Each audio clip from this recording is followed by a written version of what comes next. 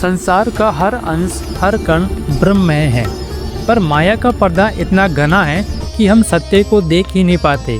हम रस्सी को सांप समझकर डरते रहते हैं और इस भ्रम में सच्चे भगवान को पहचान ही नहीं पाते हैं। लेकिन जब सद्गुरु साईं बाबा की कृपा मिलती है, तब वही माया हटती है और सत्य का प्रकाश पूरे जीवन को आलोकित कर देता है। आज की इस कथा में हम लोग देखेंगे कि भक्ति क्या है, साईं बाबा की उपासना कैसे करनी चाहिए, और एक क्षण जब बाबा की करुणा ने एक भक्त का पूरा जीवन बदल दिया। एक साधक था पंत, जो किसी और गुरु के शिष्य थे। वो शिरडी नहीं आना चाहते थे, पर साईं बाबा का बुलावा जब आता है तो रास्ता हम नहीं चुनते, बाबा खुद हमें चलाते हैं। और जब वे शिरडी पहुँचे, बाबा की एक दृष्टि ने उनका जीवन, उनकी आस्था, उनका अस्तित्व सब बदल दिया। तो आइए आज के इस वीडियो में हम अनुभव करते हैं कि श्री साईं बाबा की उपासना पद्धति किस प्रकार करनी चाहिए, और उसके बाद हम लोग देखेंगे पंत पर श्री साईं बाबा का अनुग्रह किस प्रकार से हुआ था। भक्ति केवल पूजा नहीं होती है, बल्कि आत्मा का समर्पण होती है। तो चलिए शुरू करते हैं वीडियो। इससे पहले सभी साईं भक्त यदि साईं चरित्र चैनल पर पहली बार आए तो चैनल को सब्सक्राइब कीजिएगा, ताकि साईं बाबा की करुणा में कथा सबसे पहले साईं भक्तों तक पहुंच सके। श्री साईं बाबा की उपासना पद्धति क्या है? आप लोग किस प्रकार से श्री साईं बाबा की उपासना कर सकते हैं? संसार में जो कुछ भी दिखाई देता है वे सब परमात्मा का ही रूप है, लेकिन इस सत्य को हम तुरंत देख नहीं पाते, क्योंकि हमारे ऊपर माया का पर्दा पड़ा होता है। जैसे अंधेरे में रस्सी को देखकर हमें सांप होने का भ्रम होता है, वैसे ही हम संसार को ही सत्य मान बैठते हैं। परंतु जब सद्गुरु साईं बाबा की कृपा मिलती है, तब ये माया हटती है और हमें असली सत्य का दर्शन होता है।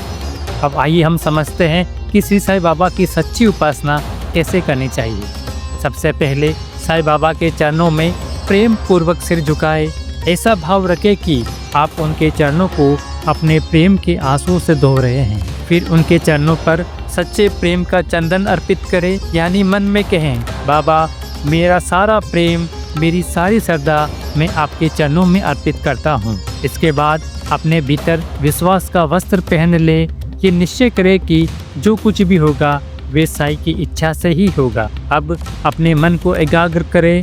ये एकाग्र मन ही फलों का अर्पण है। बाहरी फलों से ज़्यादा महत्व आपके ध्यान और भक्ति का है। फिर बाबा के ललाट पर भाव की तिलक लगाए, यानी अपने मन की शुद्ध भावना से उनके चरणों में समर्पित करें। अपनी सारी इच्छाएं, अहंकार और चिंताएं उनके चरणों में रख दे। ऐसा महसूस करें कि अब आपका जीवन पूरी तरह साईं के हवाले है। प्रेम पूर्वक साईं बाबा से प्रार्थना करें, हे साईनाथ, हमारा मन संसार में भटके नहीं, हमारी प्रवृत्ति को अंतर्मुखी कर दे, हमें सच्चे और झूठे का विवेक दे और सांसारिक मोह माया से मुक्त कर आत्म दर्शन कराए। फिर आप साईं बाबा से आगे प्रार्थना करें, हे बाबा, हमारे नेत्र आपके नेत्र बन जाए, ताकि हम सुख दुख में समान रहे। हमारे शरीर और मन को आप अपनी इच्छा से चलाए, हमारी चंचल मन को अपने चरणों की शीतल छाया में विश्राम दे। इस तरह जब हम पूरी श्रद्धा, प्रेम और समर्पण से साईं बाबा की उपासना करते हैं, तो वे स्वयं हमारे जीवन का भार संभाल लेते हैं। उनकी कृपा से मन में शांति आती है, माया का पर्दा हटता है और आत्मा को उनका सच्चा स्वरूप मिलता है। श्री साईं बाबा की उपासना का अर्थ केवल दीप जलाना या आरती करना नहीं है, बल्कि अपने मन, वचन और कर्म से उन्हें अनुभव करना है। जब आपका मन साईं में विलीन हो जाए, वही सच्ची उपासना है। तो सभी साईं भक्त श्री साईं बाबा की उपासना पद्धति इस प्रकार से करें। अब हम चलते हैं साईं बाबा की पंत पर किस प्रकार से करुणा में कृपा हुई थी, उसकी कहानी को सुनते हैं। कभी कभी जीवन हमें वहाँ ले आता है जहाँ हम जाना नहीं चाहते, क्योंकि जो होता है वे हमारी इच्छा से नहीं होता है, बाबा की इच्छा से होता है। ऐसा ही एक साधक के साथ हुआ। पंत नाम के एक सज्जन जो किसी अन्य गुरु के शिष्य थे, वे शिरडी नहीं आना चाहते थे, पर बाबा का बुलावा भला कौन टाल सकता है। एक दिन पंत रेल में सफर कर रहे थे। संयोग ऐसा बना कि उसी डब्बे में कुछ भक्त भी बैठे थे, जो शिरडी जा रहे थे अपने साईं के दर्शन करने। भक्तों ने कहा, भाई पंत, चलो न हमारे साथ, एक बार बाबा के दर्शन कर लो। पहले तो उन्होंने मना कर दिया, पर जब प्रेम से सबने आग्रह किया तो शायद बाबा की प्रेरणा थी, पंत तैयार हो गए। जब रेल बम्बई पहुंची तो पंत ने सबसे पहले अपने गुरु से अनुमति लेने के लिए विरार में उतरना उचित समझा। उन्होंने आज्ञा ली, खर्च की व्यवस्था की और अगले दिन सबके साथ शिरडी की ओर रवाना हो गए। सवेरे करीब 11 बजे वे सब द्वारका में पहुँचे, जहाँ साईं बाबा साक्षात विराजमान थे। भक्तों से घिरे हुए धूनी जल रही थी और वातावरण में शांति का सागर लहरा रहा था। सबके चेहरों पर प्रसन्नता थी, पर अचानक पंत बेहोश होकर नीचे गिर पड़े। लोग घबरा गए और कोई पानी लेकर आया। किसी ने उसके सिर पर छींटे डाले और तभी साईं बाबा की कृपा दृष्टि उन पर पड़ी।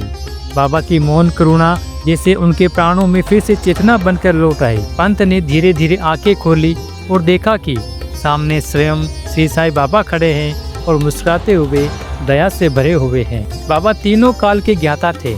वे जान गए कि पंत किसी दूसरे गुरु के शिष्य हैं, मगर बाबा के हृदय में तो भेदभाव नाम की कोई चीज थी ही नहीं। बाबा ने बड़े प्रेम से कहा, बेटा, चाहे किसी भी तरह यहाँ आ गए हो, पर याद रखो अपने स्तंभ को कभी मत छोड़ना।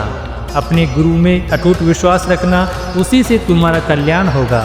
इन शब्दों से पंत का हृदय पिघल गया। उनकी आंखों से आंसू बहे निकले और उसी क्षण उन्हें अपने गुरु का स्मरण हो आया। उन्हें अब समझ में आ गया कि श्री साईं बाबा केवल शरीर रूप गुरु नहीं है, बल्कि वे एक सच्चे गुरु हैं। उस दिन के बाद पंत ने कभी ये अनुभव नहीं भुलाया। उनके लिए ये दिन सदा के लिए बाबा के अनुग्रह का दिन बन गया। जो साईं को सच्चे मन से पुकारता है, वे जहाँ भी हो, बाबा स्वयं उसे मार्ग दिखाते हैं। कभी किसी रूप में, कभी किसी शब्द में, पर उनका प्रेम सदा एक जैसा रहता है। तो इस प्रकार से श्री साईं बाबा ने पंत पर विशेष अनुग्रह किया था। श्री साईं बाबा की और भी इसी प्रकार की अधिक कहानियों को जानने के लिए साईं चरित्र चैनल को सब्सक्राइब कीजिए, ताकि साईं बाबा की कहानी सबसे पहले साईं भक्तों तक पहुंच सके। ओम साईं राम।